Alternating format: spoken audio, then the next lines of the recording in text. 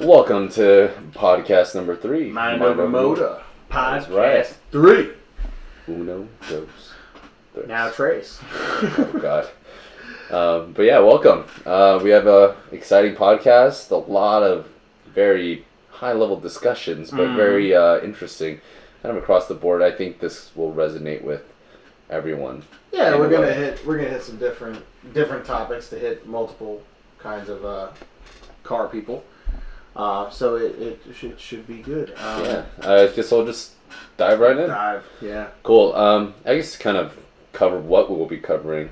It's like an outline, I guess. Yeah. First, the first one is certain manufacturer's commercials. We can call them GM. Okay. All right, we're not.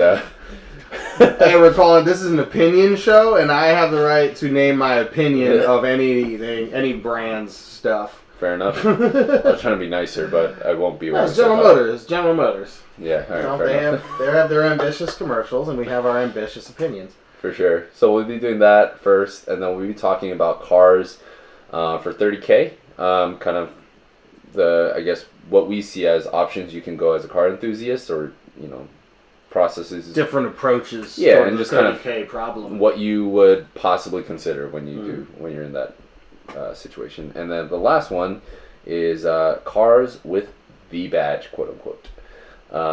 The kind of talking about like the one to have. Yeah, like the so M. Like, you could have a 335i, or you could have the M3. Yeah, but let's save that for that discussion. Exactly. I think we can go on for days about that. Yeah, well, that's why it's the last topic. But yeah, so about the GM's commercials.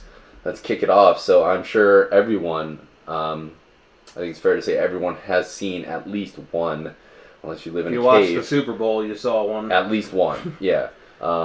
They're pretty much, if you haven't, let me just fill you in here. They've been grabbing these random people. They say they're random. Yeah, random. To kind of talk to them about their cars, and then they give their opinions, which are usually totally ridiculous. Utterly contrived. Yeah. In my opinion, they're utterly contrived. In my opinion, yeah. Yes, so I'm trying to like hold back a little bit here. But yeah, there's been so many parodies I'm sure on YouTube you've seen, without naming the actual channel, I'm sure you've seen really, really good just look it up. Parodies, reviews, reactions, like, and all that. But we kind of want to talk about, the reason why we bring this up is not to simply bash on GM. Well, it is kind of, in my opinion. But kind of talk about that approach to automotive marketing and kind of, what could they have done better? What should not be done ever again? And if they were to do this again, what can we fix? Type of thing. It sounds like a business meeting. Yeah, kind of. But, basically, dude, it sounds like we're at the Renaissance Center right now, the GM boardroom, and we're having this conversation with the execs. But I think this is a good conversation because, like, obviously parodies make fun of the commercial. I think everyone agrees that they're ridiculous. But honestly, that means their campaign is working because by making fun of the commercial. That is a good question because, like you can say, who made that quote? Like, any press is good press. Yeah. I don't know who made it. Actually, it might have been Benjamin Franklin. Don't quote me on that. Yeah, I'm not History sure, buffs don't hang me for that. Right. But to me, I don't think so. I think it does more damage than good. I think in certain situations. In this situation, I don't know because I don't know the sales numbers. Maybe I should have looked at that before. But just in general, just the backlash they've been getting, personally, I just can't watch it. How do you market a car like the Malibu that looks like a sad beluga whale? Wait, no, you're saying it's not a Tesla BMW combination? Evidently, people who don't know anything about cars were like, "Wow, that looks like a Tesla and a BMW." You're saying the bumper is not European? Absolutely, dude. It looks like if it was white, it looks like a sad beluga whale. Like it's like droopy face. It's so like nobody's gonna mistake that for a BMW. Yeah, so the reason, yeah, I think we bring that up. That's the one commercial where it was like, oh my god, that's like such a luxurious car. It really isn't. Like, go sit in it. You'll see a bunch of like plastic and like cheap hinges and stuff. Well, like, maybe, yeah. It's a nice car if you get the options. Well, I'm sure they were looking at the fully loaded platinum, all that but stuff. Even then, if you open the center console, you realize that hinge is just not very solid. But like comments like, is it a BMW? Like, at least try to make filter out those comments. At least give a somewhat reasonable observation. I think they stepped too far outside. Yeah, exactly. Of reality. I was like, oh, that was a good one. They clipped that out. Yeah, that was good. I'm sure some people there gave some reasonable comments, and they just took it out and they went way too crazy. My problem with a lot of what GM does, and this is my own opinion, you've expressed that you kind of feel differently, but GM has too many non-car people making decisions that car people really need to make. I don't disagree, or at least approve, because like when you're there, they're a very like they have different divisions in that company, and those divisions don't always talk to each other very well. And in certain areas like product development and like engineering and things like that, there's a lot of car people. But then in other areas like marketing, you're working the auto industry, right? Like I've talked to people who worked there and stuff, and it's just like you can't believe how ignorant some of these people who are in decision-making level jobs are. Like, I mean, man, you gotta, I mean, where they make their money is not from enthusiasts. I think that's real. True. I think you gotta play that. They gotta put that appeal out there to the layman, and right? Because like you gotta have money to do the enthusiast things in a manufacturer that big. Yeah. But with that being said, speaking of, you just said like GM, like they should talk to each other more. I've read somewhere that they actually have competitions within their company for that. It used to be kind of like, hey, the GT3, the GT4 is so good in terms of like 0 to 60. Like this is obviously not the case, but like 0 to 60 times, track times around the Nürburgring. Like, why would people buy a GT3 instead of like, hey, let's dumb it down? GM I'm pretty sure it's GM. I hope it's not Ford. Well, their performance division has their shit together. I have no arguments there, but like outside of their performance divisions, fair enough, they really come off as ignorant to somebody who knows more about the industry and what they're talking about. Like their marketing campaigns are nobody's gonna mistake a Malibu for like an Audi or a BMW. Maybe an Audi just because of the general shape of the car, but like a BMW or like a Mercedes or like a Jaguar or something like nobody's gonna mistake those cars. Like if you even know what a BMW is, maybe somebody who doesn't even know any of the brands would be like, "This is a pretty nice car, great." But if you know enough about cars to be able to distinguish a BMW, you're not gonna mistake a Malibu for that. Well, we are in a sense hyper customers. We are. So yeah, we are. You could say we're nitpicking here, but yeah, you're right. Like, if you even know a little bit about cars, it's like you could kind of tell. Like, there are some cars that kind of look alike, I guess. But yeah, generally that.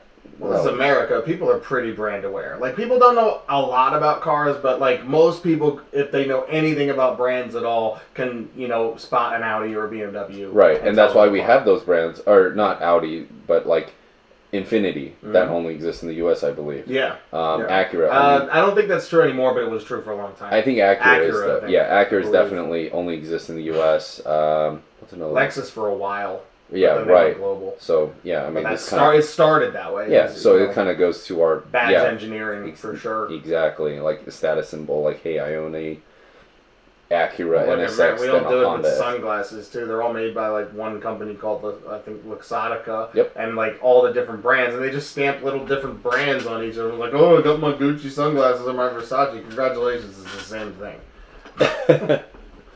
Like, Americans care about that stuff, but like, I mean, but I think they're just that commercial to me is willfully ignorant. Which one? The fact. Malibu one? The Malibu one. Gotcha. It's willfully ignorant of that fact. And you don't even have to be a car person to understand that. Yeah. You know what I mean?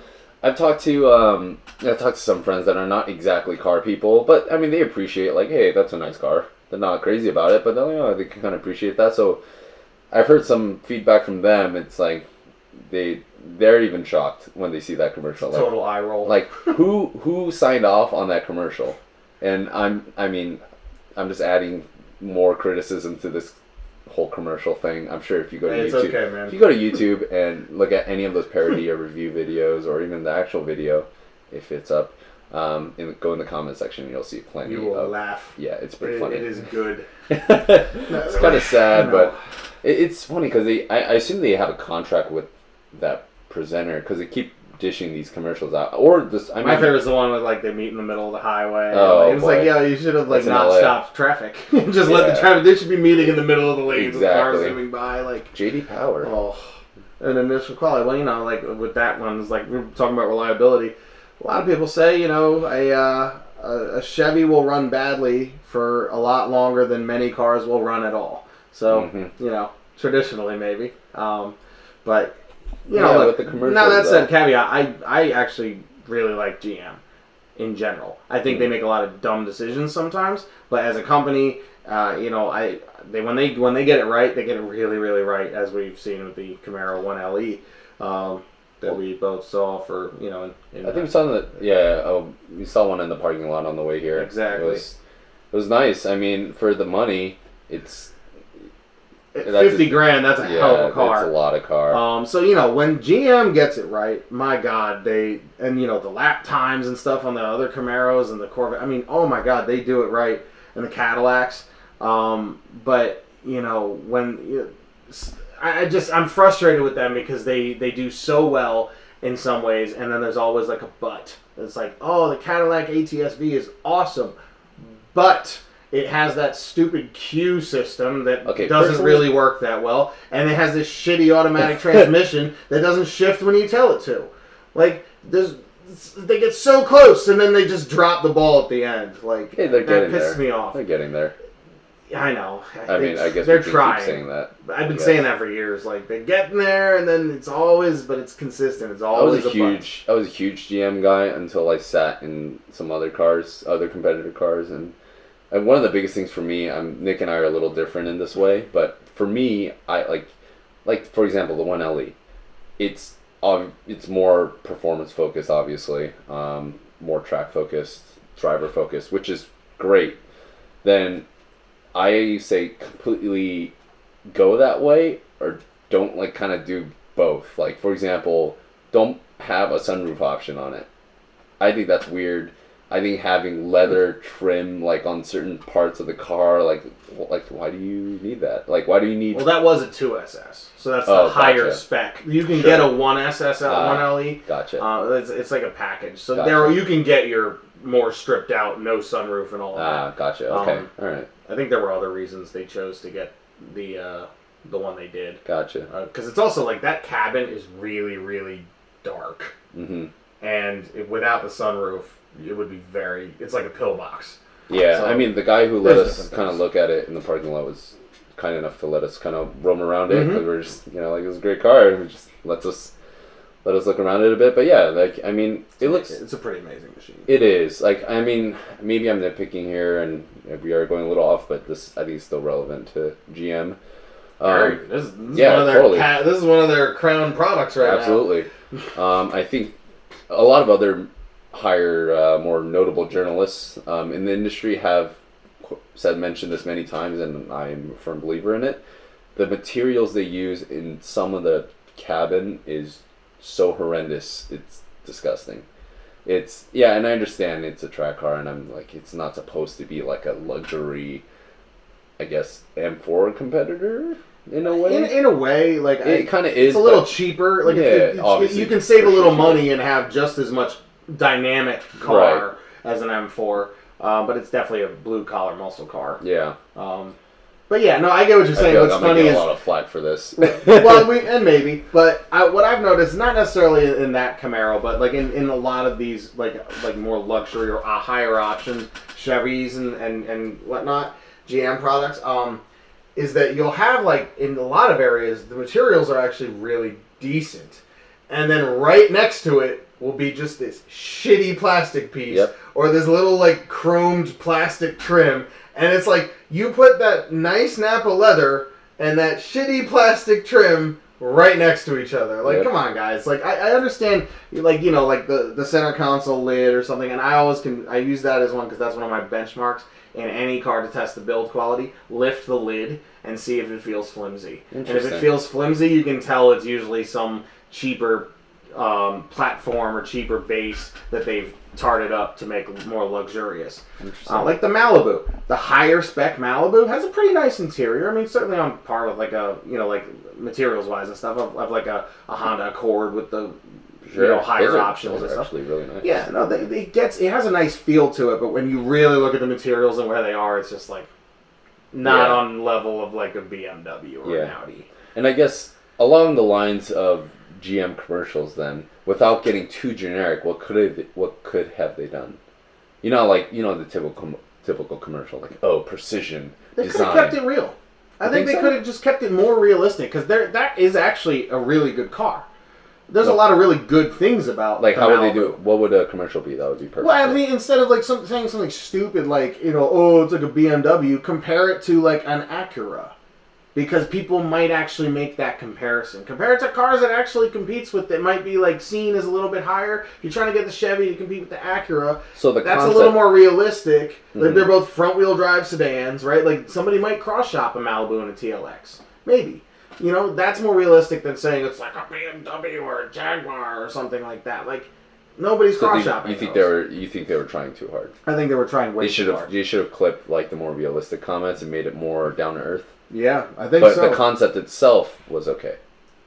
Like, yeah, I mean, grabbing quote unquote I real think they're people. also selling themselves short a little bit. Think so?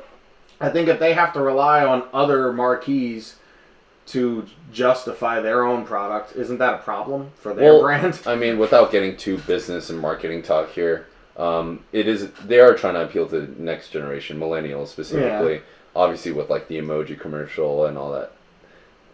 Yeah, we're not going to mention the parody. They're like the uncool dad at the party that's trying way too hard to be cool. But maybe that's their angle. That maybe they're outsmart. Is that really what you want your brand ambassador? That's your brand identity is the uncool dad with the sneakers and the high socks.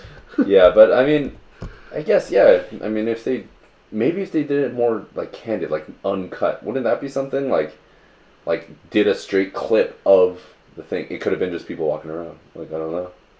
Just their reactions. Yeah. Like, they wouldn't have need to say stupid things like name-dropping other brands. Like, they'd just go in and be like, oh my god, I love this leather and stuff, and like talk about the car, and talk about the car what it is. Like, have people really react to it and not what it's like. You know what I'm saying? Yeah. I think that's where they kind of step too far, is just, you know, they're using... To me, when you have to use another brand to justify your brand, guess what? I'm interested in the other brand. If you want to say this is a nice car like a Mercedes, that makes me want a Mercedes. That doesn't make me want a Chevy. You know what I mean? Until you look at the price and you're like, oh, okay. Even then, I look at a used Mercedes. Right. If I decide that that's really the benchmark, I personally would go for that. And maybe when you go test drive the car, you expect it to be similar. Yeah. And then you're like, wow, this is a piece of crap. And if you drove them both like the same day, you go womp womp. Yeah. There's a reason why Mercedes is Mercedes and Chevy, you know, a Chevy Malibu is a Chevy Malibu. Like, you know, it's not the same caliber. Now, not to say that, like I said, it's not a nice car. It's just, you know, stay in your lane, basically. Ooh. Words of wisdom right there. Yeah. I think everyone agrees with listening. I'd say 99.9%. I think most people who've seen those commercials I'm sure, like, agree. even the Malibu owners out there, for those of you who are listening, probably agree. Like, you know what? I would have liked it even better if they had put, like, that, like, the Ford Fusion, and, like, if they'd done, like, the thing that GM always does when they, like, have you compare things, they put their, like, fully loaded model, and then, like, the shittiest versions of all the competition, and if they had, like, the people react to the different ones, like, I'd love if they had the guy, like, sitting in the Malibu and be like, oh my god, this is so much nicer than the Ford. Like, that would have at least been realistic. And that would have been, like, kind of funny. Like, I love when companies, like, kind of jab at each other and stuff. Like, that would have been funny. Well, I would have Ford liked kind of that. does that now with their YouTube commercials. Right, They do like, oh, considering the Chevy Malibu, well, consider the Ford Fusion for these reasons. Straight up. Just they're like do it passive aggressively. Yeah, I like that better. Yeah, and I mean Ford doesn't really need to compete. Ford's generally, I think, just overall in terms, if you're talking more entry-level cars or just common cars, they kind of blow GM out of the water, in my opinion. Maybe not in sales, but I don't know. Like Ford, okay. Would you? I mean, I guess would you buy? I would buy Let's Ford say Fusion. top 10, top spec, like Fusion EcoBoost or the equivalent 2-liter turbo Malibu. I would definitely go with the Fusion. Yeah, same here. Because it looks like an Aston Martin. It does. It's like an Aston Rapide. I'm pretty sure there was a lawsuit has a decent once back they seat. sold. Because they owned Aston Martin for a little bit, They right? did And for they a sold while. it for Yeah. to Tata Motor Group, I believe. No, honestly, I think Aston might even be on their own right now. Really? Okay. Because I heard another thing, they might be looking to be acquired or something. Don't quote us on this. We are not well read on that exact topic. So, Right. But from what I heard, But yes, they I may be would on get their it. own right now. I would get a Ford Fusion. They remember they had that Signet thing. I think they are on their own because they had to make the Aston Signet, which was a Toyota IQ. The little like shitty, yeah, 2-seater like eco Just car. to- They made the Aston Martin for the carbon footprint. Yes, that was to balance out the that. I think if they were owned by another conglomerate, You they think that's wouldn't gonna have had to do that. I think that's gonna be collectible. In its own way, Yeah, yeah. it I will mean, be. I'll be honest. Obviously, Like, not if for I had $1 billion performance. and I was amassing a collection of cars, I'd buy an Aston Martin. Yeah, Signet that's like just to super- have one. Hell yeah. Yeah, It'd be right next to the DeLorean and the Volkswagen Phaeton W12. it's kind of Slammed on bags. I love Cool Phaetons like too. I would never own one, but yeah, In the right situation, I it's would. pretty cool. It's a pretty ridiculous car. But yeah, all right. Well, we're straying off the GM stuff. Let's It's like definitely stick with it. So all right. So the next topic will be consumer. Our opinion on the $30K budget. I would be very happy in my W12 Phaeton for this. I'm just kidding. I wouldn't boy. actually buy a W12 You're gonna Phaeton. need more It's than going to cost you $30K. $30K a year to keep that running. Yeah. But yeah, no, I mean, so basically this is a pretty common price range for, especially like young professionals like our age who are, kind of out, a few years out of school, you're making decent money, you're going, and, $30K is a pretty healthy price range. Right. For many people. It's So, realistic. and the truth is you can have almost any kind of car you want for that amount of money. Now, depending on what other Yeah. sacrifices you're That's willing like- to make, but you can do it. Mm-hmm. So, the question is, what should you do, and what would we do and consider? So, Yeah. I I guess I can. guess first off, I guess I can. kick it off. we're talking new used. I guess anything your budget's $30,000, and or the equivalent payments or whatever. Sure. So take it away. I mean, I think for both of us, I speak for both of us when we say we'd probably do used. Yeah.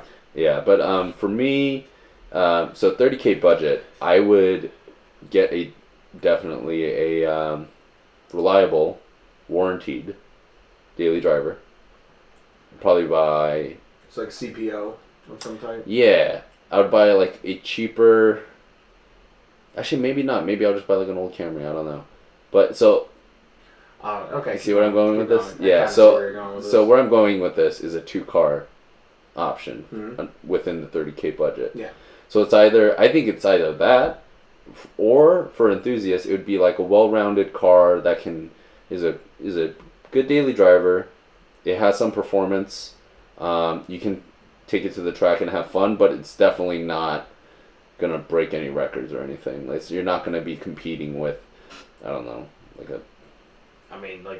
any sort of really serious like decent, type of, yeah, like Well, I entry. don't know. I mean, you can kind of get like a M235i. I think they're starting to dip into this range. Like it's not going to shatter records, but that's a pretty serious performance car Right. with some luxury. I mean, that's no slouch for Right, sure. right. And in terms of like curb appeal and everything, that or like an Audi S3, like those are dipping into that high like $28,000 range now. Used, of course. Obviously. Used, yeah, with some miles on it, but still definitely decent enough. Yeah, to not purchase. like we're not talking. I mean, obviously you can get. You can get a lot of cars for that much if you're not considering mileage, which is obviously or running costs. Yeah, I mean, that's the limiting factor with a lot of people. Of course, most people aren't going to go drop $30,000 in cold hard cash, because then your budget isn't really $30K. If you have that much to drop in cash, you can probably finance. You can probably probably finance another $30K, and your budget's really $60K.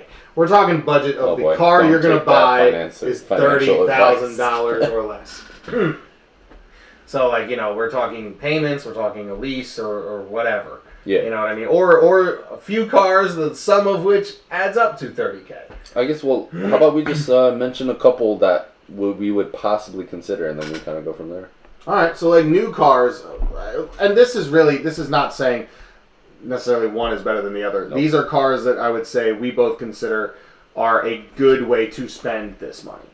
Yeah. You know, whether, you know, there's a lot of subjective things as to what will be better or not for different people. Yeah, preferences, all that yeah, stuff. and all that. I think these are fairly enthusiast-focused suggestions. And, you know, ways to spend the money that, you know, you will not have wasted your money or gotten ripped off, you know, things with good value. And I guess in the brand new area, obviously there's your typical GTI, WRX, you know, Civic Si.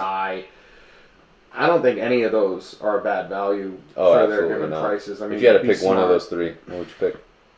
As an only car? Yes. Probably the WRX. Really? I thought you picked the GTI. Nah, if it's an only car, the all-wheel drive when the weather sucks, especially around here, is But you got a hatch. money, dude. You got more room. Yeah, but all-wheel drive on snow tires, like, you can get anywhere you want. And, like, if I did it, I mean, I still have my STI from, like, I did that for a long time. I know what the Subaru thing is like when it's the only car. As an only car, I do advocate for the Subarus. Yeah. They're fun as all hell to drive, practical, reliability when you're tuning them. You got to be smart how you do things, and a lot of people aren't, and that's why they get a bad rap. But there are also some quality issues here and there for sure. Mm-hmm. But if you're going to be smart about it, and you know, if you're going to modify it tastefully and whatnot, and be a little bit conservative on it, you'll have a really fun car that literally does everything, and is great to drive and practical for everyday use. It's hard to beat. And you know, WRX starts at like $26,000 or something like that. Yeah, I mean, it's pretty good value. It's really not bad. Personally, I would choose the GTI. It's not a clear, easy decision. It's just, for me personally, Nick and I think we talked about this before, slightly different preferences. I would prefer a car that wouldn't look too boy racer when I didn't want it to. Not saying WRX looks... The normal WRX isn't too bad. Not too bad, right. But the STI, I think that's boy racer. You got the wing. Totally boy racer. But yeah, the GTI is definitely way more subtle. It's practical. I love the hatch. I've fallen in love with the hatch. And the interior is not trying to do anything special. I love the plaid. I'll be honest. Okay, that's one thing I really don't like, actually. I know that's such a GTI So thing. you'd have to get the higher end package. Oh, so man. you'd be right up on that $30K. You'd be right up on that mark. I do not like that plaid. No, I'm a fan. It doesn't work in many cars, but it's like history for the GTI. It's heritage. I understand the heritage of it. I just don't like it. It just reminds me of like an old person's couch. Yeah, you know, bro, it's a V-Dom thing, you know. Like, you just got to do, you know, you got to just slam it on bags and vape a little bit, dude. But yeah, let's move to the more fun discussion of used cars. Yeah, so under 30. realistically, what would we buy? It would be used. I think, especially. E90. Oh, wow. Okay. That's within that budget. You can have almost any E90, pretty much any E90 you want in this price range. I think within a reasonable mileage, maybe 50,000, 60,000 roughly. Yeah, depending on. I mean, if you're looking at for an M3, maybe. No, yeah. I mean, M3. For an M3. If you're looking at a 335i, you can probably get an even lower mileage. Oh, I would not touch that car.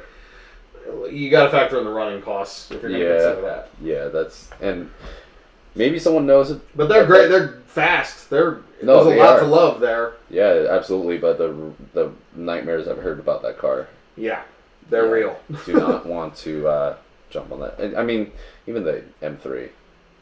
There's some nightmares there too. The Vanos. I believe the rod bearings are a common issue. and It's an expensive engine. I know there's a couple other things, so I think those are the two. Yeah, I put the M3 and the M5. You can get them both in this price range. Oh, the E60? E60. Man, that engine, though. Hell of an engine. They're both a hell of an engine, and from what I understand, share a bunch of parts.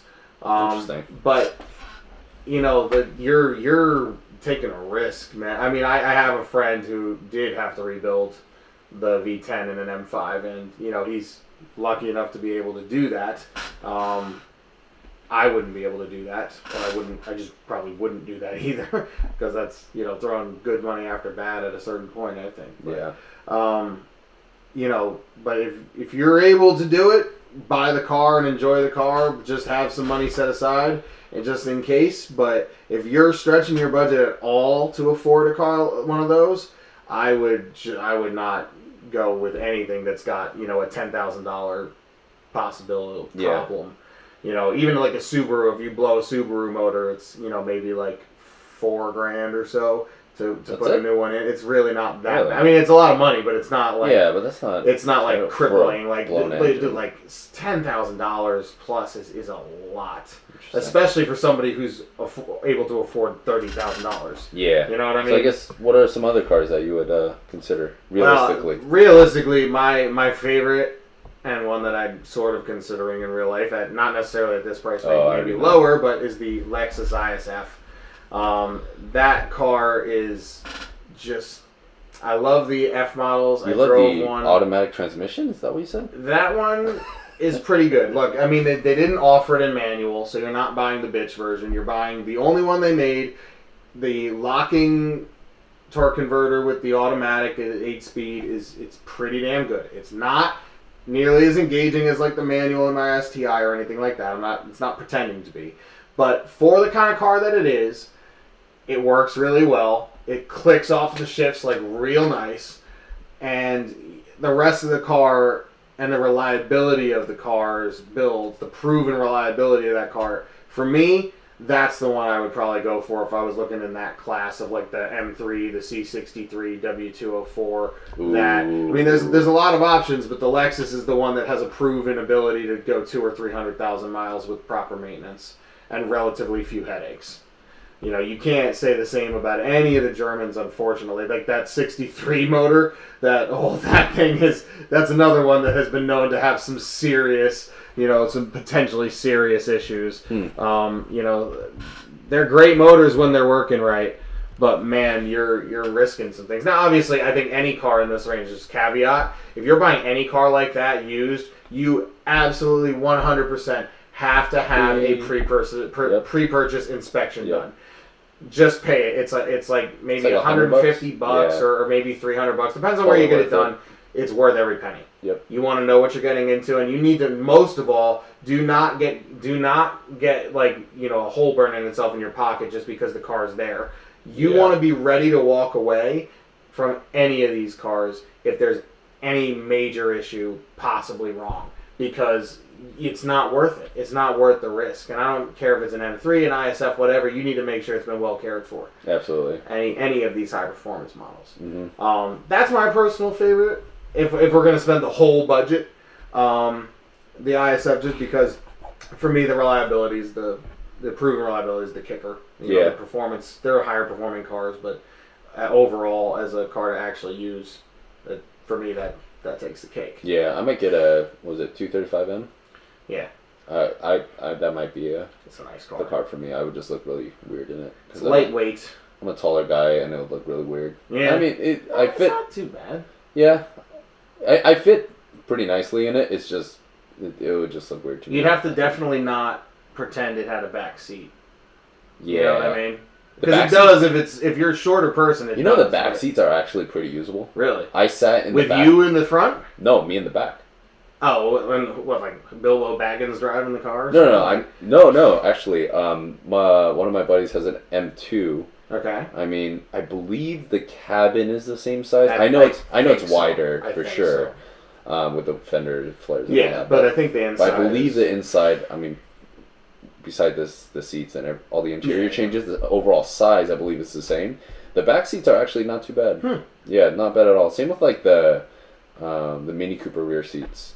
They're actually That's got the whole like the full hatchback. So there's actually it's like there's decent. no like legroom. Oh really? It's not bad. Interesting. I am 6'2" and I fit okay. Like I'm not super cramped. I'm not. How do you fit with it in your driving position? That's the big test. You know what's funny though? You see my drive. I'm pretty. I like to be like front and center. I'm like pretty close to the wheel. Sam's a racing driver. He's always ready to be in the rally all the time. So he sits right up against the steering wheel. So I'm not a very good comparison. He doesn't sit like a gangsta. But yeah. So I mean, I don't know what. So what else? Like in terms of use, like I think those are the two you and me would probably actually buy, and those are both. Yeah, here's one I would consider, which would be way under budget. The 370Z. It's way under budget. You'd probably save. You could probably get a decent one for like 15. Dude, you could buy that in a daily. Yeah, like you could buy if you buy a $15,000 one, you could spend the other 10 or 15 on something to daily drive. But why would you do that when you could build a race car? So you could build a race car. Fair enough. And get to work when you break the race car at the track. Yeah, but that's something I would consider. I don't think I would have said this a couple years ago, but it's for the money. It's a good car, and it's fairly reliable. Yeah. I mean, especially compared to its German rivals. There's a lot less nitpick. Yeah, it's actually. Yeah, I mean, guess what would compare to a 370? I mean, I always like the functionally. Like the Z4 or like an M3 E46, I always saw that as similar and like kind of similarly priced now because the E46s have kind of gone up a little bit. Yeah, they have. And the Z's are newer. So they're kind of similar on the used market. Yeah, but 30K, there's just so much. There's so many choices. There's preferences. Hopefully, we're implementing our own preferences here. Of course, yeah, 100%. Obviously, there's a lot of great cars. Yeah, that goes without saying, but just. For me, okay, you got to pick 3 cars. 30K. You can't. This is not a 2-car choice. 1 car. You have to buy 3 cars for 30K. No. You pick 3 choices. Oh, okay. Yeah, your own choices. I'll start off. I'll do. I would. Can a 2-car option be one of the choice? Yeah, I guess so. Yeah. New, single used, and 2-car choice. New, single used. Okay. I'm gonna stick to that GTI for new, just because I probably wouldn't even buy used anyway. Right. I would just, for used, I would probably do. There are probably better performing models than this, but since I was a kid, I used to grow up with this on my wall, and it's not a Lambo. It's a E46 M3. I would not do much to it. I would want to do a little bit of CSL. Would you buy like a $20,000 one and save that extra $10K for maintenance? Yeah, I would just want to keep it running. I wouldn't want to mod it too much. Just keep it really clean. Yeah. I love the CSL look. Probably do some reps, but keep it clean. I just love that classic look. Mm-hmm. So I'd do that. And then for the 2-car option, I'd probably do the 370 or a 350, like a cheap 350. Mm-hmm. And just go crazy with that. Make it some crazy track car or drift car or something. Like, just make it my toy. And then for daily, which I would probably have roughly a little over 15 left. If I get 350 especially. Yeah, you could definitely fit in the budget. I don't know. I might get you could get like a Mark 6 or a Mark 7 GTI and you could. You could for that price, Yeah, I guess. Probably not. I'd probably get a GTI. That's a pretty good Mark 6 GTI. Yeah. You could comfortably get a Mark 6 GTI for 15. What about you? For me, I'm gonna stick with the WRX if we're new and for that as this only car. For the reasons I previously stated, it's just all rounder. It's pretty amazing. Single car, I guess I'd have to go ISF for the used. I'll say this though about that. It's not manual. I'd kick myself for that, but it's so good in every other way that I don't think I'd regret it too much. This is something you probably won't care about too much, but the interior is so dated looking. Oh, totally. I know you totally really dated. Don't. Yeah, but it doesn't even kind of look like the new interior. Oh yeah, no, but like that's one of the areas where like I come in. But you know what, dude? What I did care about when I test drove the one, it was it was dated. It looks like a car from the mid 2000s, totally. Yeah. Even from the early 2000s, Yeah. right? But it has the features. It has satellite radio. In that era, that was when it was first starting, right? So it has the satellite. Was it 2000? It was like kind of in the beginning. Yeah, it's 08. The one I drove was 08. Yeah. So like it has satellite radio. It has heated seats. I think it had heated seats. Like it has all the features I was looking for. It was dated. It wasn't the greatest whatever, but Ford it had that did what I had in 08? to do. What? Ford had that. What? All those features.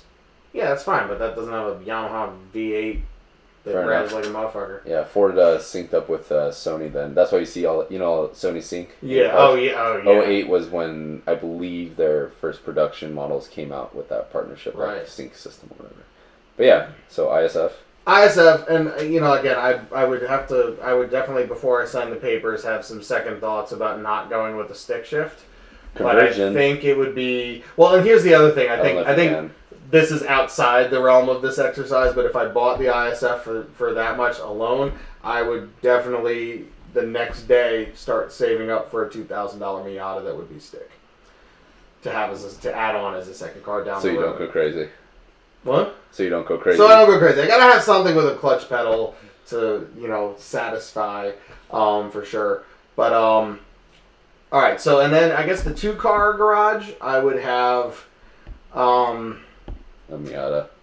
No, Really? probably not actually. I would do a $15,000 S2000 All right. as that sort of roadster slot, and then I would probably do a. The engine screams. Was it 9K? Yeah, if you get an AP1, which would Yeah. probably be for 15K, it's about 9,000 RPM. That's ridiculous. So that would be the stick, and then I would find. Just because I'm more of like the luxury, I like luxury cars for like daily drivers, like nice, like polished, but like fast and handling and stuff too. I Old would LS. actually get what? Old Lexus LS? No. Either a later Infiniti G37 or a Q40, which is the same car when they changed the name. But they're like stupid cheap with stupid low miles on, like Q40s especially. Yep. Like obviously, if I could find one, I would get like the sport one with all the the stuff to go with the S2000. But that gives me a little bit more horsepower than like a luxury package. And then I got the S2000 when I want like a roadster sports car, high revving manual. And I think that would be a pretty good mix. I think it's fair to say Nick Walker is a JDM fanboy. Yeah, maybe a little bit. Miata. I don't know, man. When you're on ISF. a budget, and you have to, pay for the running costs and everything like that. Like I love the European cars, love them to death, but like when it really comes to writing a check, I have a hard time getting away from some of the Japanese stuff right now. Like maybe a couple years from now, if I'm making double the salary wherever or something like that, maybe then I'll get into a BMW or something like that. But man, when you're looking at below $30,000 and you're and you're working on saving for other things in life, it's like you don't really want a car. You want a fun car, you want an enjoyable car, but you don't want something that's going to always nickel and dime you all the time. You know what I mean? Yeah. Fair The Japanese cars they're really good at that, man. Yeah, they are. I mean, and I say this as somebody who has a Subaru that's 14 years old and is nickel and diming me, but it sits for Which a while. 14-year-old car isn't? That's probably true. That has been modded, by the way. That has been modified. Right. But even any 14-year-old car is still gonna need shit like struts and kind of stuff. So in that sense, it's worked out pretty well. Oh, dude, and for being modified, that my STS, I have an 04 STI that I've had for a long time, and for a car that has been modded and driven as such, I've driven that car, I've experienced pretty much a lot of what there is to experience in that car, speed wise and driving wise, and drifting around and snowing and dry and dirt and everything. I've done a lot with that car, and the fact that car hasn't had more problems is beyond me. It takes a spanking pretty good. But granted, I tuned it conservatively. I was very smart. I try to be really smart about being stupid with it. As cliche as that is, but that's my motto when it comes to these things: is be smart when you're being stupid. You know, or little just be things. stupid and don't get caught. Yeah, well, you don't want to get caught either. You know, those are two Just different kidding, things, right. I think. But, Yes, we'll, you know, we'll move on from there. for sure. But yeah, so that's our $30K budget discussion. Yeah, I mean, even if you don't agree with us, at least maybe you learned, maybe we heard a different perspective you might have not thought of before. Absolutely. Everybody has their tastes. And, especially in a $30K budget, that's like so many sky's options. the limit at that point. Literally. So yeah, I mean, feel free to, you know, if you are so inclined, feel free to add what you'd do for $30K in the comments, and you know, for sure, let us know, and you know, maybe you have some thoughts that we haven't had either. You know, for sure. All right, so kind of stemming off of that, let's talk about cars with quote unquote the badge. So these are the cars. Like, again, it's like this is the idea that you know, a 335i or a 340i never is really quite gonna check the same box and give you the same feeling as like a full-on M3. Even if in the previous gen E90s, with mods you can make a 335i way faster than an M3. Right. But it's never quite as special. Right, and I think for when you mentioned feeling, I think you can get similar feeling. Maybe. But with mods, I guess. Yeah, totally. But you'll never have that, like, I don't know, or at least for me, in my opinion. Are you talking like, feeling as in driving? I'm talking like feeling in terms of like ownership. Oh, gotcha. In terms of like a possession, like it's never going to be as special of a car because you know, in terms, I guess, like in terms of collectability or whatever. Yeah. Or like you know, yeah, basically collectability, like status. Like it'll always be, you know, it's a 335i. It's always going to be a modified not even collectability. Car. Like just if you go to just say your average cars and coffee, and like, hey, what, you know, that's a cool car. What is it? It's like, oh, is it M3? No, it's a 335i. Where there's nothing wrong with that. It's a fantastic car, but it's never going to be the M3 ever. It's never the daddy. It might have better interior. It might perform better, like in all the above, but it will never be the M3, right? Mm-hmm. I know this sounds extremely superficial. But, it is. But I think this is this is an internal struggle that a lot of us car enthusiasts that are in the market struggle with. Like, like Nick mentioned, the 335, fantastic car. You can tune the crap out of that engine. So fast. Yeah, and I'm sure if you look on other videos online of other enthusiast cars, like, wow, there's tons of like 335i versus M3, and the 335i is tuned and it'll shit all over an M3 in a drag race. Right. That's great, but like, I think there is it's a bit of an identity thing, at least for me. Like you're buying like part of the heritage. Yeah. And like when you tell somebody, you know, if it's sort of like your identity and your credibility as like a car enthusiast in some ways. Like you won't have to prove yourself. You just be like, I drive an M3, and someone else who's in that world and understands that will be like, oh, you're a car enthusiast. Yeah. You know what I mean? Whereas like if you have to like really explain it, that doesn't mean you're not one, but it's just like it's a sense of like you've made it when you have a car that's like the version to have.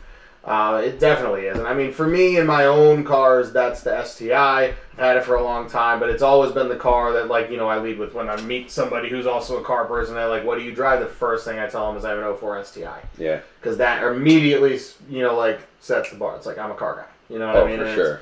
And it, you know, the Miata is definitely still, it's different.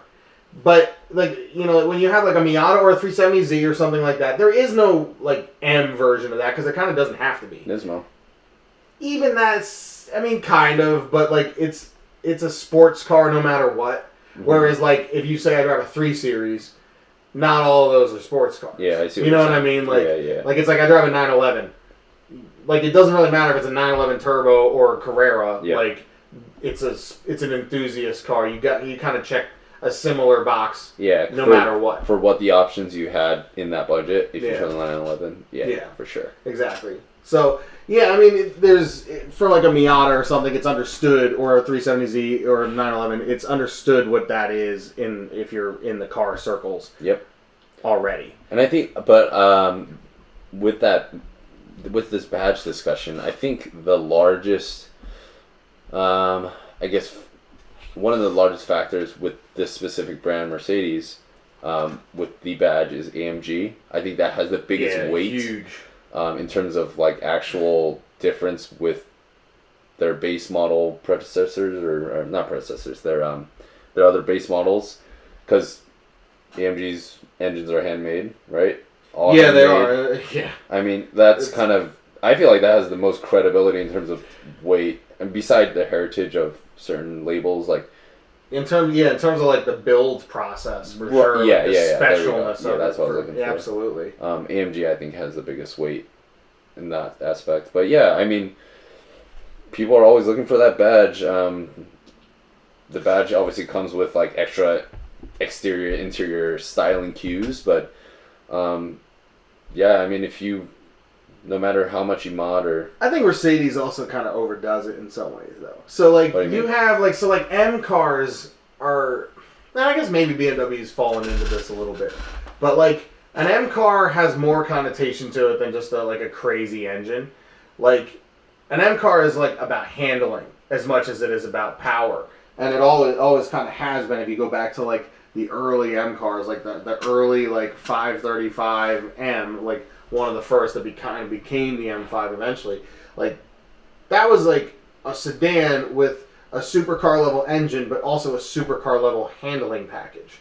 You know, and it was like the full deal. Whereas like AMG now, like AMG has this like sledgehammer, like a lot of it's the engine. Now, not to say that they're not in the handling realm or anything like that, but you can buy a GLS 7-seat SUV with an AMG badge on it, a 63, and that is not a handling car. That's just an SUV with a big ass turbo V8 in it, and that's great. It's awesome for what it is. Mm-hmm. It's a land yacht, but like, you know, that's the AMG badge. Like, they could have made that car without making the AMG badge, but to me, it's just like that. It's the AMG badge at this point is kind of like just like the status. It's just the mark of like, this is the top model, and you know, like. Anybody with money is just going to be like, I want the AMG. Not because they're an enthusiast, but because they just want the highest model. Well, it's same with BMW, but I think you're right with Mercedes having more, I guess. I would say they're just not as focused, necessarily. But I think you brought up a good point, because one of these, I read one report, or one, I guess, review of BMW versus Mercedes. Mm-hmm. And it's true, because BMW, pretty much the M badge... you can argue started with the 3 Series, right? The M3. No, it started with the 5 Series. Or with the 5 Series. Yeah. But it's what is the M badge most iconic for? The M3, right? Yeah, I mean, I guess over time for sure. Right. So the M3 was kind and of the M3 is DTM and whatnot. Right. So like, it's supposed to be good for handling. Supposed to be good for like an overall. It's very racing. It's very much about racing. Right. Yeah. So I think I guess kind of the main focus being that, I would say. It kind of sprouts out from there versus AMG, I don't know. Well, they go back to like the sledgehammer cars, you know, and they were, I mean, I don't want to say they weren't about racing because there was a lot of racing. Yeah. But a lot of like their roots were also based in like effectively like GT cars. You know what I mean? Like wasn't kind of AMG like the big coupes and stuff. AMG was a tuning shop, right? They were. Right, before Mercedes bought them out, right? Mm-hmm. Yep. And they became the in-house tuner for Mercedes. Right. Would you say that's the same as Dynan? Yeah, I know BMW doesn't own Dynan. Actually, it's very similar to Alpina for BMWs. Ah, that's a good one. Even though M Division is technically that too. Yeah. Like the original relationship between AMG and Mercedes was very similar to Alpina and BMW. Yeah. And Alpinas are almost like an M, and there are certain cars you can buy Alpinas of that you can't get M's of, like the 7 Series. But, you know, I think it's how they use those badges, and over time, I do think the meaning of those badges has gotten a bit diluted, but also a bit better in some ways. I mean, you have a wider array, and like, you know, from the enthusiast identity standpoint, it is kind of cool that if you want, you know, if you have some kids, you need an SUV, you can buy an X5M. Yeah. And you still get to be a cool car enthusiast and feel like a car enthusiast rather than like, oh, I'm going to give my balls away because I had kids. You know what I mean? Like, you can have an X5M and take the kids to soccer practice in it. And then, that thing is freaking quick. I got a test drive one. Mm-hmm. Wow. That, I mean, it's not a like a track car or anything, but that thing It handles pretty damn well for an SUV, though. hard. Yeah, I mean, you've driven the X5M, I've driven an X6M, so basically the exact same thing, just yours had a better roof than mine has. Yeah. That's another topic. Yeah. But, yeah, I mean, I thought for an SUV, that's like it's pretty really amazing performance. Do you know if F Sport has any heritage? I don't know, really. Jaguar? Nah, I think that's really... F-Type. Oh, the F-Type, it's... yeah, I mean, that sort of draws its line back to the E-Type. Wait, sorry. Wait, F Sport, right? Lexus. Oh, F Sport. No, not really. Right. So it's just they created like F. They created the F to be like M, basically. Right, but then M has more of a heritage.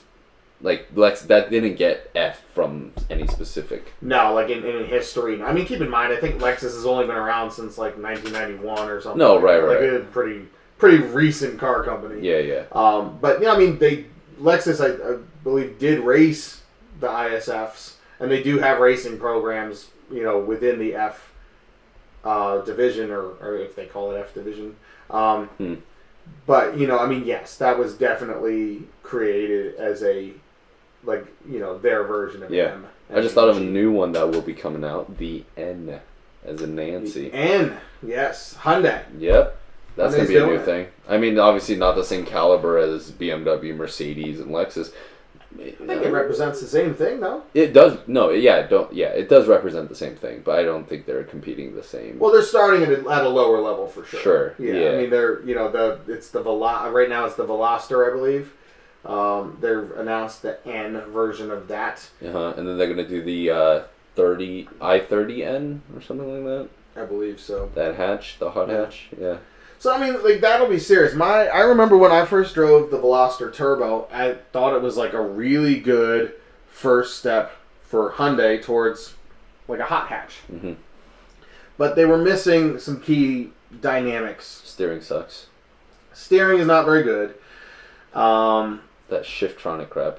Well, yeah, the auto on the original Veloster was so bad. Like that, for the original Veloster Turbo, you're either getting a manual or you just don't get the car.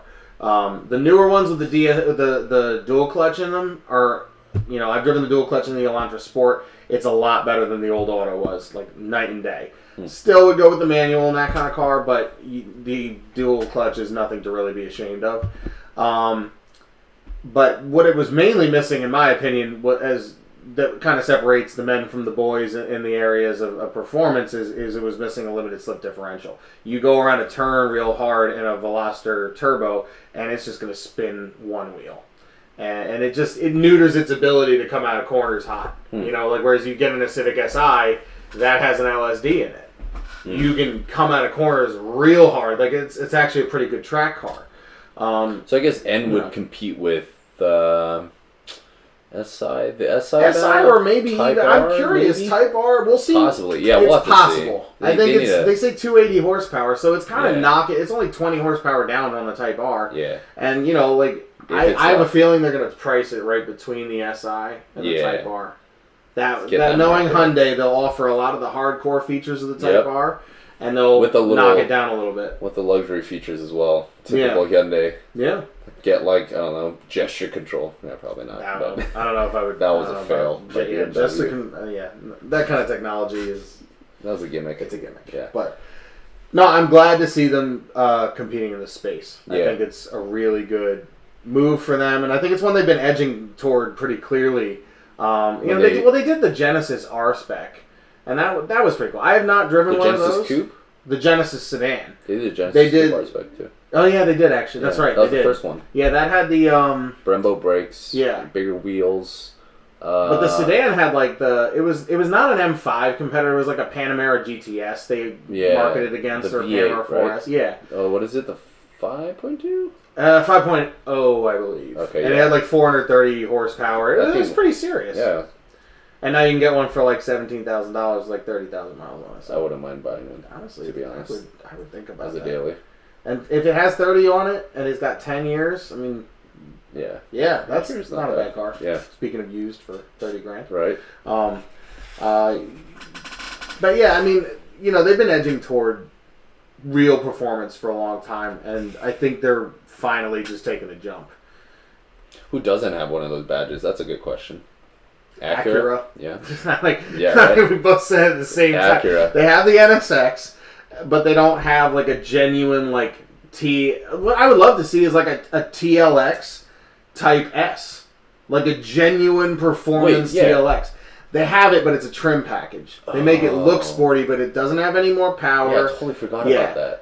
I forget even what it's like an A spec or whatever. I don't even know exactly, but it's really a trim package. When that TL Type S came out, the 06, wow, that cool. thing looked nice. And it had an LSD in it if you got a manual. Yep. That was like a pretty serious performance. Heavy ass car though. It was, and a front wheel drive car that's that heavy, man. I don't really want to. But it looked good. I don't think anyone. No, it had the substance for sure. Yeah. But yeah, Acura makes some good cars. Their cars have always been pretty good dynamically. Yeah. But in terms of like the real the badge, they haven't done it. I feel like they're kind of falling into that Camry syndrome. They are. Yeah, which kind of sucks. Incidentally, Camry. I wouldn't be surprised if we saw like a Camry Type S or something soon. Boy. Like Toyota's pushing that towards like the performance they have to because they're losing market share and it's like known to be a boring car. And, absolutely. And when all these new cars are coming out like sporty, there's a reason why there's like, for example, Hyundai, which is not really yet meant to have sporty cars, is going that direction because the market's going there. Well, I think for people that want to buy cars these days, people want sportier cars. Or otherwise, people are buying crossovers. Or they think they have a sportier car. Yeah. Like they want that badge or that. Hey, I can do this, even though they probably won't do it. Yeah, exactly. Well, there was one thing I was trying to say. Nissan? Oh, they have Nismo. They have Nismo. Well, okay, but I agree with you for like the Z and the GTR, sure. Juke. But they in the Juke. But there's no like Maxima Nismo. There's no like. Oh. They had like the Altima SER or like. No, it is Sentra. The Sentra SER, but I think they had the. I don't know if it was a SER or if it was just like the SR or whatever. But it was like an Altima with the 3.5 V6 in it, and it was like kind of marketed as a sporty car, but it was like still this front wheel drive V6, and it was like, I don't know, man. Like, I've seen a lot of people like in those that drive like total dicks. Ooh, but I have a good one. Kind of fast, but I have a good one. What about Kia? Kia Stinger GT. Well, is that really a badge? That's not a badge. Yeah, it's not really a badge, I guess. That's like a trim level kind of. I'll be curious to see if they make like an actual like. I think if Hyundai succeeds with this end thing, then I think Kia will definitely follow. Like a Kia Stinger GT Type N or something, or maybe hopefully they find a better name. Yeah, it'll be a different name, but I wouldn't be surprised if Hyundai is the case study and it works. Then I don't see why. I think there's definitely room in that motor for more boost. Yeah. That did not feel like it was really strung out to its potential. Yeah. It felt like it was kind of easily making 365. So, that'd be cool. See one of those boosts turned up in like 450 horsepower. That'd be worth buying. Mm-hmm. Make it come in under $60,000. When a comparable Audi is $70,000 or $80,000. There you go, man. Yeah. That's value. I hope they do that. But yeah, as of right now, they don't. Yeah. I think that's it, right? Or Toyota? Yeah, Toyota. No. They're not really that kind of car. I would like to see a Prius Type S. There you go. Ooh. Like a Prius with handling. I think I showed you this, but the wide body Prius. Yeah. Actually, it looks pretty nice. I would never get one for the record, but they do look pretty. They're fun to look at. I think that would be in my rich garage if I lottery winning garage next to my slammed Phaeton. It'd be your 15th car. 15th, 25th, 35th. I don't know, man. I'd ball out, but but pretty much the badges. What else? Yeah, I'm trying to think. What else doesn't have it that really should? You know what? Infiniti. Ooh. They have kind of dabbled in it. And they have this new Red Sport 400 Q50. Dude, that thing looks nice. I've driven the rear-wheel drive one 2 years ago. And when it first came out, and I shit you not, that thing was really fast. 400 horsepower, and the rear-wheel drive one struggles to put that down. Really? And like, oh my god, dude, it's a thrill ride for sure. Like from a daily drive luxury sedan, it's awesome. Does it come in stick? No, it doesn't. It's auto only, but That's it's right. like 7-speed auto. But it's definitely a performance car. But like, what kind of badge is like Red Sport? Like, and the only way you can tell is if like it says Q50S. If that S is red and not blue, that's a Red Sport because it's a red sport. Ooh. I mean, like, they're trying way too hard. Like, they need to just make even shit like a Nismo. Use Nismo. What's wrong with the word Nismo?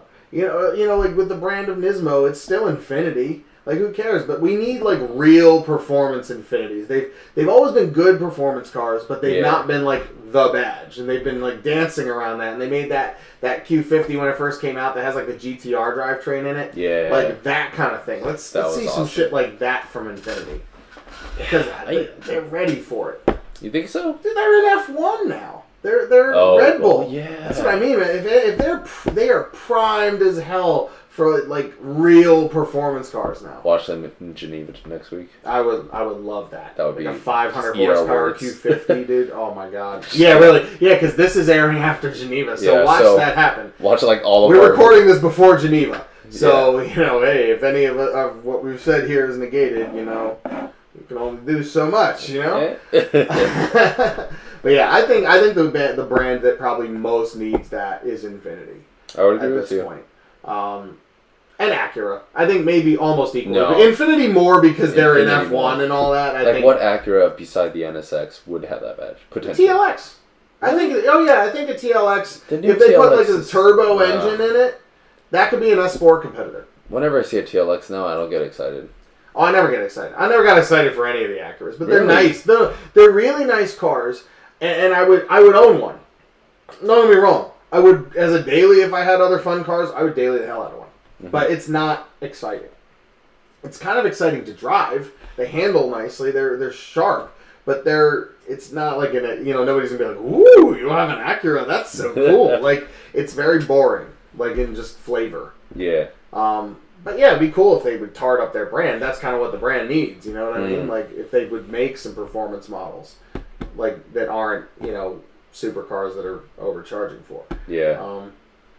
Love the NSX, but it's not $200,000. Yeah. Separate conversation.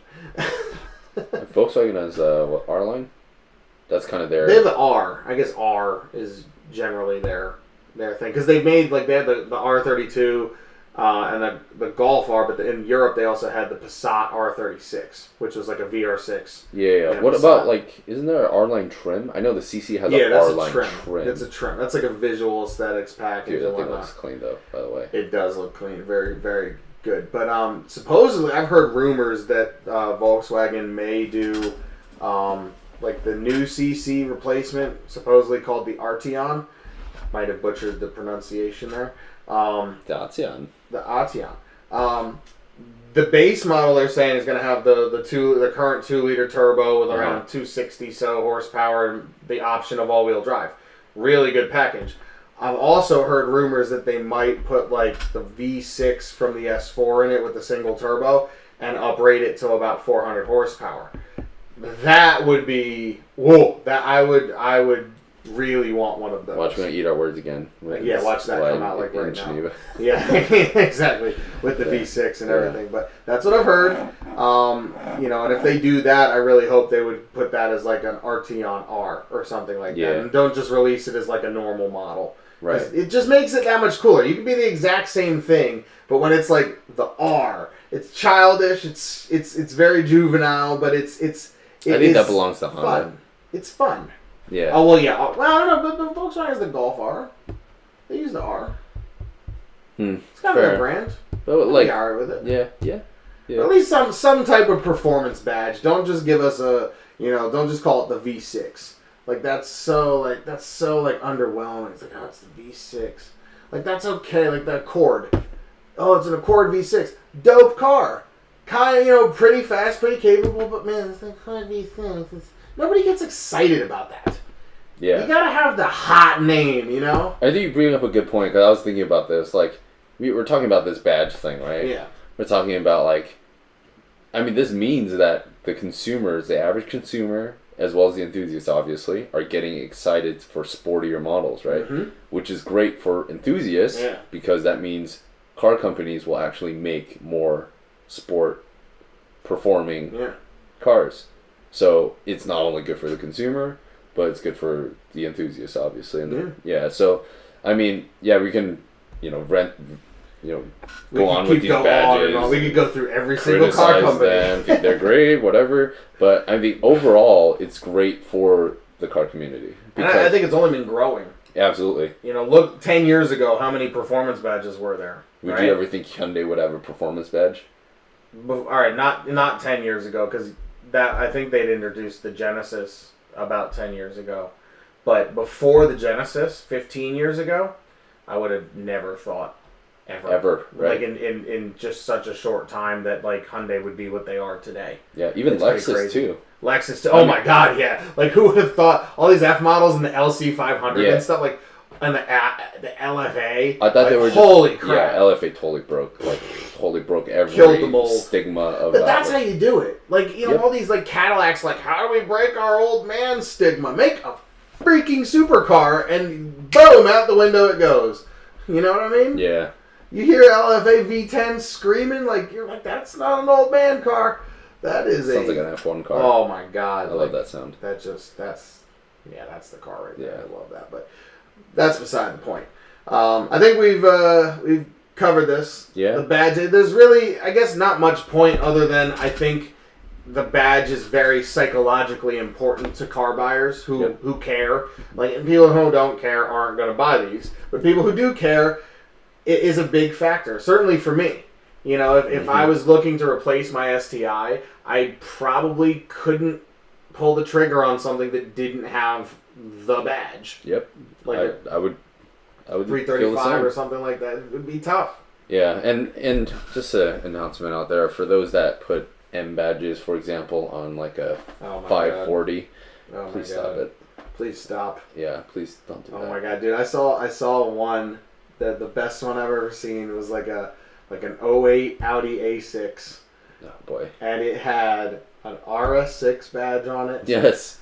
It had a W12 badge on Ooh. it. It had a Porsche Turbo badge on it. It had like literally like there was like a few badges on the back. He graduated from AutoZone. Dude, mods. it was the worst thing I've ever seen. And I parked behind it and I was like, I'm like, who does that? It's different when you're like obnoxiously trying to mod it, and for those that try to do it tastefully, I think that's worse. Like you try to make it, you know what I mean? Yeah. I mean, here's the thing. I draw my line at actually branding it. I'm okay with somebody putting an M3 body kit on a 335i. Yeah, that's different. But you better not put that M badge on it. Exactly. You know that's what I mean? different. That's I totally agree. For like an average person that would own a Jetta, if they put a GLI bumper on it, it would look kind of dumb. It would look cool. You can make it look clean. Yeah. But don't put a GLI badge on, like a fake GLI badge on it. Yeah. Like if it's not one. Don't try to make people think you're something you're not. Yeah. Because I think that in general is just always uncool. Yep. But it's just extra funny when you see it in the car world and you're like, that's not that. Well, we say this because we actually see it. All the time. Yeah, unfortunately. Oh my Lord. Yeah, and it's very discouraging. Like, if you pull up in one of those out of the car, mate, I don't think you're making any friends. Yeah, or you're making the wrong friends. Fun of. Like, my favorite is in any of those situations, I'll let the people, I'll go with it. Tell me about it, pop the hood. And they'll be like, oh yeah, see it's what kind of engine is it? It's turbo. It's like not turbo. It's the base model. There's so many YouTube videos about that stuff. God, it's like supercharged, twin turbo. It's like an NA. Yeah, it's like totally like the basic 2-liter NA motor. Yeah, like they're pointing at the alternator as a turbo or something. Yeah, just like I'm like, oh, I don't see the turbo. Where is it? Oh, it's underneath. Oh, sick, bro. That's real stealth. I think I already know what video you're referring to. Personal experience too. Scion TCs. A lot of fake people drive Scion TCs. Oh boy. Like I just from personal experience, I've had like 3 people in my life lie to me about a stock Scion TC being turbocharged. So there's that. On that note, I think it is time to end podcast numero tres. See you later. Any parting words? No. It's exciting. I love the topic about the badges. I do. I really do. It's something I think about a lot. I mean, especially when you're thinking about buying a car and you're starting to look. It's like, And who doesn't look at a car and like if you can't tell, you're like, where's the badge? Yeah. Yeah. Exactly. Well, especially with the Teslas. Yeah. They all look the same. I know. You got to see if it's got the P. It sounds superficial, but I know you guys all do that.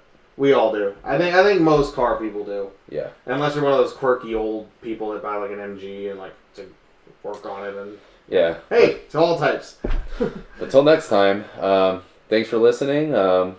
We'll be covering Geneva next week. Once it actually happens. We just recorded this early. I'll be going to Amelia Island next week, so they'll be talking about that too. For sure. And all the fun I hope to have there, and we'll see what happens. And yeah, we're starting to get into event season. That's kicking that off soon, so it should be fun. I'm looking forward to this year. It's going to be a good year. Absolutely. Awesome. Alrighty. Have a good week. Mind Over Motor, Podcast 3. Out.